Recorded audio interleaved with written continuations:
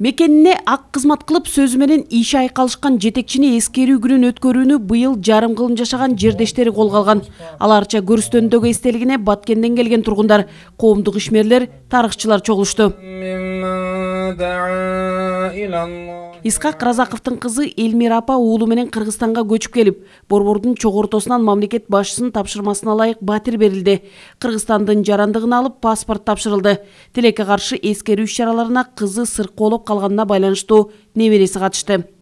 Я прекрасно понимаю, что мой дед... Менин таятам Кыргызстандын түптөлүп өнүгүүсүнө салым кошкон инсан, таятамдын тизесине отуруп чоңойдум. Мамлекет тарабынан бизге көрүлүп жаткан камкордук таятама болгон сый деп билем.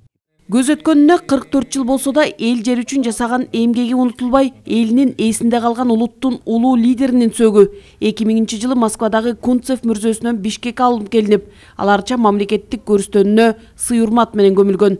Исхак Разаковдун денеси келгенде асмандан кичине жамгыр жаап, улуу уулун күткөндөй болуп турду да. Анан митингге эл чогулуп шаарга батпай келди. А дегенде ушу мүрзөгө келип, ошондо айтышты, мүрзө неметип кетпесе экен, эл укмуштай тыгылып калды ушул жерде. 35 жашында Разаковго Кыргызстанды согуштан кийинки оор жылдары жетектөө тагдыры буйруду. Кыйын учурга моюбастан иштиктүү иштеген, коомдук турмушту жакшы билген жетекчи катары өзүн көрсөтөт. Ал жетекчилик кызматта турган убакта мамлекет бардык тармактардан эң мыкты көрсөткүчтөргө жетишкен. Кыска убакытта экономиканы оңдоп, айыл чарбасын өнүктүрүп, маданиятты көтөрүп, облустарды байланыштырган ички жолдор, темир жол курулуп, завод фабрикалар ачылган.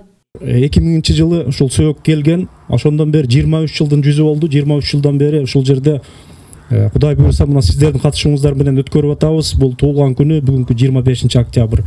19 март каза болгон күнү, 2 июнь ошол сөйөк ушул жерге берилген күнү.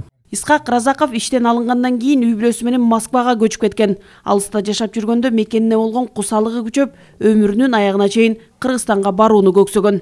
Мен ойлоптун, сумканын ичинде бир буюм бирдекелер дегендей болсо, топурак менен немелер бар экен, ошол топуракты алып алып, элдин бетиге сүртүп алып, мындай кылып кылса, мына көзүнүн астынан жаш агып, топурактын багы неме болуп кетти. Исхак Разаков мамлекеттин өнүгүшүнө бар далалатын жумшаган элдин уулу. Разаковдун өмүр таржымалы, баскан жолу эл үчүн жасаган эмгеги келечек муунга өрнөк. Ата журт үчүн ак кызмат кылып, аруу таза жүрүүнүн үлгүсүн калтырган Исхак Разаковдун ысымы Исфана шаарына берилген.